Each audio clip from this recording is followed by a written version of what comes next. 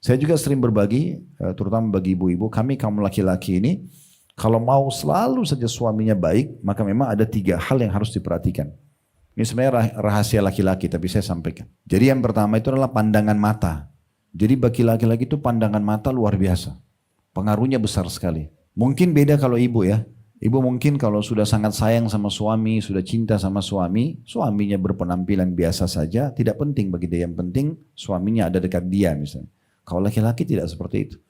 Jadi apa Nabi sampaikan ini, wanita terbaik, wanita yang kalau dilihat oleh suaminya, suaminya senang, itu ternyata berlaku sepanjang hidup ibu. Gitu kan.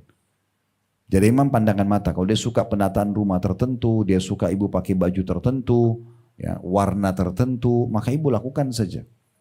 Pandangan mata itu sangat berpengaruh sekali bagi laki-laki.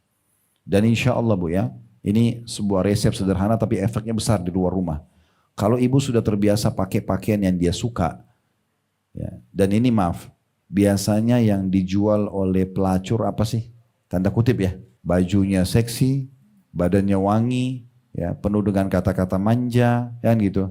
Apalah godaan, ini harusnya ada pada istri. Kalau suaminya ibu adalah orang saleh, mungkin dia bersabar. Kalau ibu tidak seperti ini ya. Tapi kalau yang tidak soleh, ini keluar cari perempuan itu di sana. Sebenarnya perempuan itu buruk akhlaknya. Tapi karena dia punya ini, kalau ketemu dia senyum, dia ramah, dia manja, dia seksi, dia wangi, terbelihlah sang suami. Bahkan kadang-kadang ada suami yang salah, dia melangkah menikah dengan wanita tersebut karena dia pikir di benak dia kebutuhan ini terpenuhi. Tapi setelah menikah ternyata perempuan itu buruk akhlaknya, buruk agamanya gitu kan. Maka setiap wanita soleha, istri di sini maksudnya, harusnya dia mengalahkan wanita-wanita buruk itu di luar sana. Kalau perlu sampaikan ke suami, belilah baju apa yang disukai nanti saya pakai gitu aja. Jadi nggak ada yang salah di situ ya. Itu yang pertama. Yang kedua tentang masalah perutnya. Ya. Salah satu fungsi daripada nafkah yang dikasih adalah makanan dan minum kan. Nah ibu kalau mau masak sendiri bagus. Kalau ibu tidak bisa masak, ibu mau siapin makanan sudah jadi, catering, ada pembantu, gak ada masalah. Yang penting ibu terlibat. Nah kalau dalam makanan ini, ibu coba cari tahu makanan apa yang paling disukai. Biasanya kami laki-laki itu punya kayak ciri khas dalam makan ya.